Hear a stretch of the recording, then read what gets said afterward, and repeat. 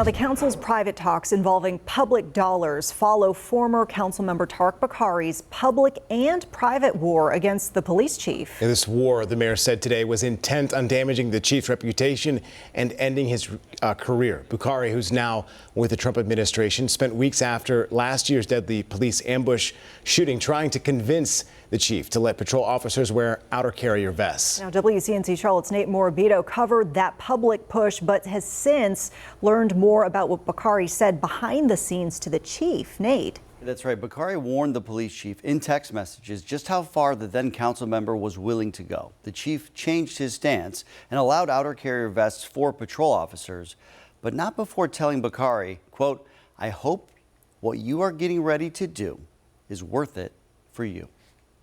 That is for ballistic shields. What started in the city council chamber, I'm going to war like this, but I still count him as a friend. He's a wonderful person. Spilled onto our airwaves. It became less of a me trying to convince the chief and me telling the chief, all right, we have to get this done now. Those words from Tariq Bokhari as he launched a campaign to raise financial and community support to shield the blue, an effort to better protect the officers of CMPD and boost their morale. But his words behind the scenes may have had the opposite effect for Chief Johnny Jennings. I tried every different way to convince the chief, talk to him about it, and he held firm. Just weeks later, text messages show Bokhari told the chief he's made a terrible error in judgment and told him he hates what comes next. Bokhari continued saying he would call for Jennings' resignation and put maximum pressure on the city manager to fire the chief, texting, "I may not ultimately win, but I will not stop, and it will cripple your legacy you've worked so hard for."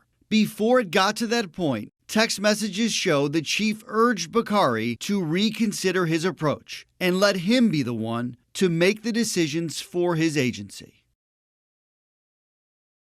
Now, Mayor Lyall said today she regrets not standing up to support the chief publicly sooner. The city council is bound by this code of ethics, by the way, which basically lays out what elected leaders can and cannot do and how they can and cannot act, placing an emphasis on showing respect, following proper channels, and honoring the opinions and ideas of others, even when board members disagree.